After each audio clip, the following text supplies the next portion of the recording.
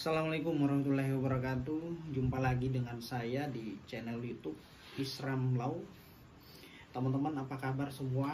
Sehat selalu ya, amin. Nah, tentunya channel ini selalu membahas tentang informasi dan seputar dunia hukum. Nah, saya tertarik nih membahas tentang rentenir dan dibantu oleh beberapa teman-temannya menghancurkan rumah nasabahnya, ya, menghancurkan rumah orang yang diberikan utang kepadanya, ya, dihancurkan rumahnya.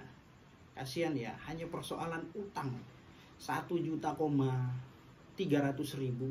kemudian rumah nasabahnya dihancurkan karena tidak sanggup bayar atau tidak sanggup mengembalikan utang tersebut. Nah, diketahui sang pemilik rumah atau nasabah tersebut sedang tidak ada di rumah.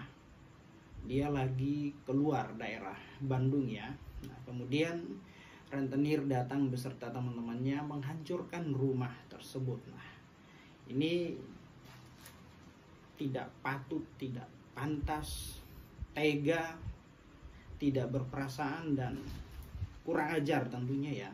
Kalimat ini sangat pantas ditujukan kepada sang rentenir ya, sang rentenir. Nah, karena dia sudah melakukan pengerusakan, menghancurkan rumah nasabahnya. Meskipun dia merasa dirugikan si rentenir tersebut ya, tetapi tidak boleh kemudian kita melakukan suatu tindakan, suatu perbuatan yang sifatnya melanggar hukum ya. Nah, ini hati-hati nih rentenir nih, bakal diciduk nih sama polisi nih ya, karena ini sudah melakukan pengerusakan, penghancuran terhadap rumah orang lain ya, tanpa kekuatan hukum yang sah. Nah, merusak, menghancurkan rumah seseorang tanpa didasari, tanpa dilandasi oleh suatu kekuatan hukum, suatu kepastian hukum yang mengikat, artinya tanpa ada keputusan dari pengadilan, merupakan suatu perbuatan atau tindak pidana. Ini tidak boleh terjadi ya. Tentu ini melanggar hukum teman-teman ya.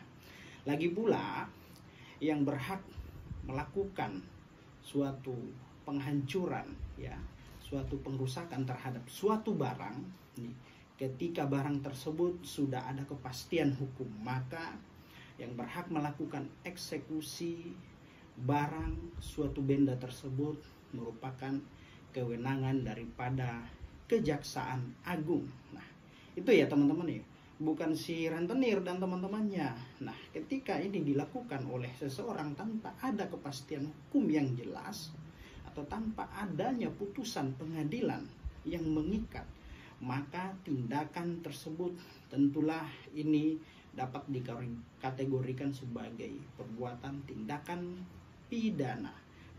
Itu teman-teman ya. Jadi tindakan yang dilakukan oleh rentenir beserta kawan-kawannya yang telah menghancurkan, merusakkan rumah nasabahnya ini merupakan perbuatan tindak pidana, sehingga rentenir tersebut beserta kawan-kawannya ini dapat dijerat dengan pasal 170 Kitab Undang-Undang Hukum Pidana atau KUHP, dijuntuk pasal 55 turut serta. Nah, teman-teman ya, mungkin bunyinya kurang lebih seperti ini ya, di pasal 170 ayat 1 ya. Barang siapa yang di muka umum bersama-sama melakukan kekerasan terhadap orang atau barang, nah itu ya, melakukan tenaga bersama-sama ya, kekerasan terhadap orang atau barang, nah, dihukum pidana penjara selama-lamanya, paling lama 5 tahun 6 bulan. Nah, itu ya, ancaman pidananya cukup lumayan berat nih ya. Ancaman pidana 5 tahun 6 bulan penjara teman-teman, atau dijuntuh dengan pasal 55 KUHP ya, suatu perbuatan atau tindakan melakukan kejahatan ya sebagai orang yang turut serta dalam hal melakukan tindak pidana. Nah, itu ya teman-teman ya.